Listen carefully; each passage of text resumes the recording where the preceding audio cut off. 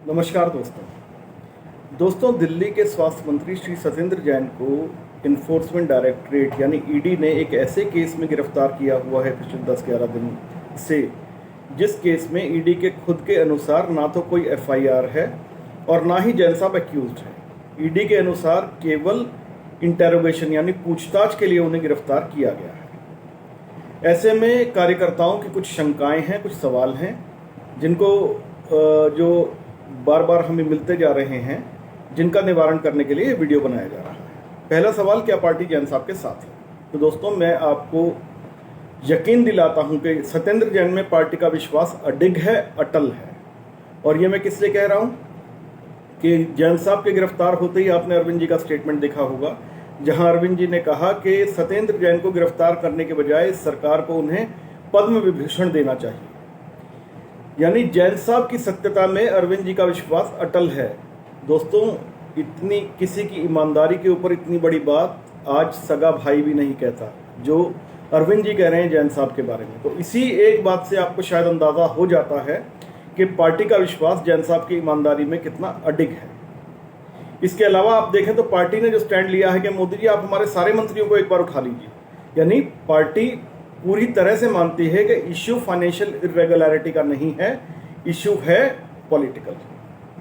इसके अलावा आपने देखा होगा इस विषय पे जितने भी डिबेट्स हुए, वैसे तो आजकल हिंदू मुस्लिम डिबेट ही होता है टीवी पे, लेकिन उसके अलावा जितने भी डिबेट हुए इस विषय पे, तो पार्टी के जितने भी स्पोक्स पर्सन थे, चाहे वे आतिशी हों या सौरभ भारद्वाज हों, उन्होंने जम के डिफेंड किया सत्येंद्र जैन।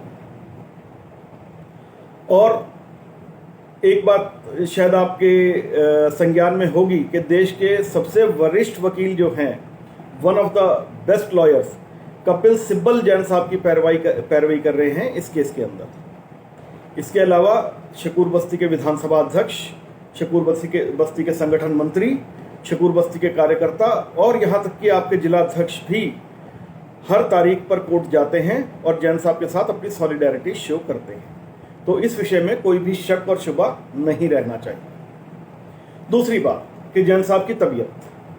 तो दोस्तों, जैसे कि पीछे एक तस्वीर वायरल हुई थी और जैन साहब उसमें बीमार लग रहे थे, परेशान लग रहे थे, वो बात कुछ हद तक सच है, यानी मैं कहूँ काफ़ी हद तक सच है। क्योंकि कोर्ट से निकलते हुए जैन साहब की कोर्ट रूम से ही निकलते हुए जैन साहब की तबीयत खराब हो गई थी और उनकी फैमिली ने इंसिस्ट किया था कि तुरंत उन्हें अस्पताल लेके जाया जाए, मगर वहाँ से चलाकर उन्हें पहले गाड़ी में वहाँ ईडी के कार्यालय लेके जाया गया और वहाँ से हॉस्पिटल लेके जाया गया, जहाँ हॉस्पिटल में उनके टेस्ट वगैरह हुए और शाम तक फिर वो वापस ईडी के कार्यालय में लाए गए।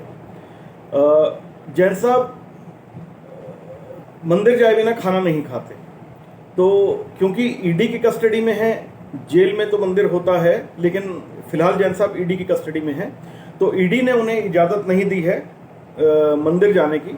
इसलिए जैन साहब 10-11 दिनों से उनके शरीर में अन्न नहीं गया है और वो केवल फ्रूट ले रहे हैं और पानी ले रहे हैं, जिस वजह से भी उनकी तबीयत पे फ़र्क पड़ा है। और ये ईडी के तरीके हैं प्रताड़ित करने के और आम आदमी पार्टी और जैन साहब को परेशान करने के। तीसरी चीज़ कि जैन साहब और उनके सहयोगियों के यहाँ से करोड़ों रुपए की नकदी और सोने के सिक्के और प्रॉपर्टी के पेपर, ये सब मिला है। तो जैसा कि आप जानते हैं, जैन साहब के अपने घर से सिर्फ 2.79 लाख रुपीस मिले हैं और पूरी कोशिश करने के बाद भी ईडी वो पैसा भी जब्त नहीं कर पाई, क्योंकि वो क्लियरली अकाउंटेड फॉर था। दूसरी बात, भैया सुनार के यहाँ रेट डालोगे तो सोने के सिक्के ही मिलेंगे, और क्या मिलेगा? और लेकिन उन सोने के सिक्कों का जवाब तो सुनार देगा ना।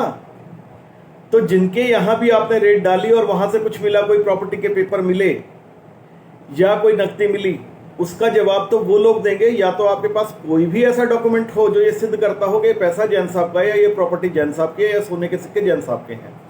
आप पेपर तो छोड़िए, सबूत तो छोड़िए, ये तो एक स्टेटमेंट तक नहीं किसी से एक्सट्रैक्ट कर पाएगा ये पैसा किसी भी तरीके से जैन साहब से बिलोंग करता है। तो कोर्ट में ये लिंक एस्टेब्लिश करने में दोस्तों पसीने आने वाले हैं ईडी को।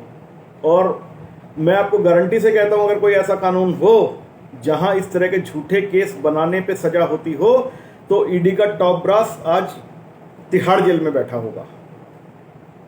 लेकिन क्या किया जा सकता है, ईडी को पता है उसका ये केस कोर्ट में गिरने वाला है, तो आनन फानन में उन्होंने 4-5 रेड और की ताकि जज के सामने कहा जा सके कि जी हमें तो और सबूत मिल गए और पैसे की रिकवरी हो गई और हमें कस्टडी को एक्सटेंड कर दिया जाए। तो ये केवल पॉलिटिकल इशू है आम आदमी पार्टी को परेशान करने के लिए। लेकिन ये सब हुआ क्यों? यक्ष प्रश्न ये है कि ये सब हुआ क्यों? दोस्तों, आपने 2020 के आप पिछले 6-7 साल से एक बात सुनते आ रहे हैं, मोदी का कोई विकल्प नहीं है, बीजेपी का कोई विकल्प नहीं है। और ये बात बाकी लोगों से ज्यादा बीजेपी खुद ही फैलाती है, क्योंकि बीजेपी के हक में है कि एक मरी हुई कांग्रेस, मरी सड़ी हुई कांग्रेस, एक कमजोर कांग्रेस हर स्टेट में जिंदा रहे और सेंटर में जिंदा रहे, ताकि उसे लगातार हराकर बीजेपी चुनाव जीत सके। कांग्रेस को भी ये अरेंजमेंट अच्छा लगता है कि कोई बात नहीं, जीत बीजेपी रही है, हार तो हम ही रहे हैं ना, कोई और तो नहीं हार रहा। लेकिन दोस्तों, इस देश की जनता बहुत समझदार है, उसने बीजेपी का विकल्प तो अभी तक नहीं ढूंढा, लेकिन कांग्रेस का विकल्प ढूंढ लिया।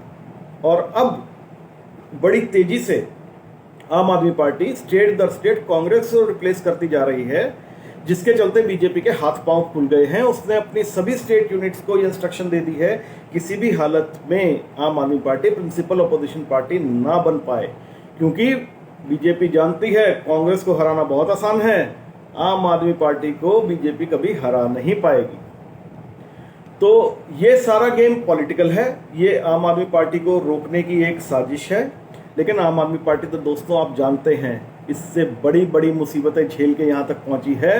ये जितने जर्नलिस्ट हैं, जितने पॉलिटिकल पंडित्स हैं, ये कम से कम 1 दर्जन बार आम आदमी पार्टी की श्रद्धांजलि लिख चुके हैं कि आम आदमी पार्टी तो अब खत्म हो चुकी है। लेकिन आम आदमी पार्टी हमेशा उभर के आई है, हमेशा जीतती आई है, आगे भी जीतेगी। तो इन्हीं शब्दों के साथ कि पार्टी में जैन साहब का विश्वास अडिग है और ये इशू केवल पॉलिटिकल है, आप कोई भी शंका अपने दिमाग से निकाल दीजिए। और हम पहले भी लड़े थे, आगे भी लड़ेंगे और जीतेंगे। जय हिंद दोस्तों, थैंक यू।